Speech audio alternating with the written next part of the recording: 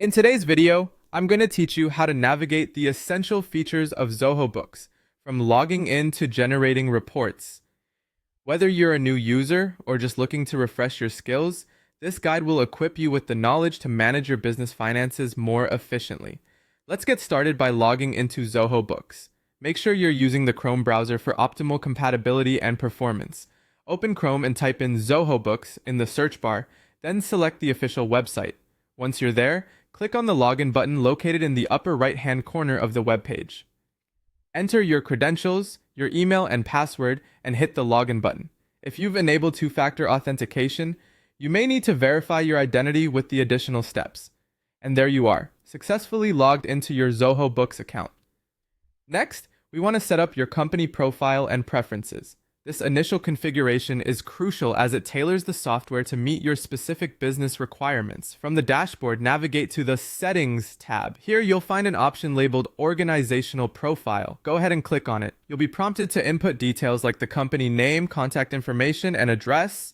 Also, if you have a company logo, make sure to upload it to give a professional touch to your documents. Once you've added this information, don't forget to save your settings. After setting up your profile, it's time to add customers, vendors, and products.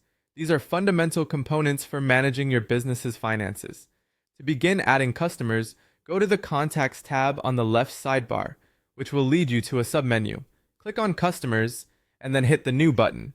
Fill in the required fields such as name, email, and billing address. Follow the same steps for adding vendors by selecting Vendors under the Contacts tab. As for products, navigate to the Items tab and choose New Item. Here, you can add details like product name, description, and price. Remember, having accurate information will streamline your invoicing process later on. Now that you have your contacts and products set up, let's create invoices and record payments. Head over to the Sales tab and click on Invoices. From there, you can create a new invoice by selecting New Invoice. Choose your customer from the list and then add the products or services they're purchasing. Once everything looks good, save and send the invoice. To record a payment, open the invoice and hit Record Payment. Input the payment amount and method and ensure everything matches your records. Finally, we'll cover how to track expenses and generate reports. Keeping track of expenses is crucial for any business, and Zoho Books makes it simple. Go to the Purchases tab and click on Expenses.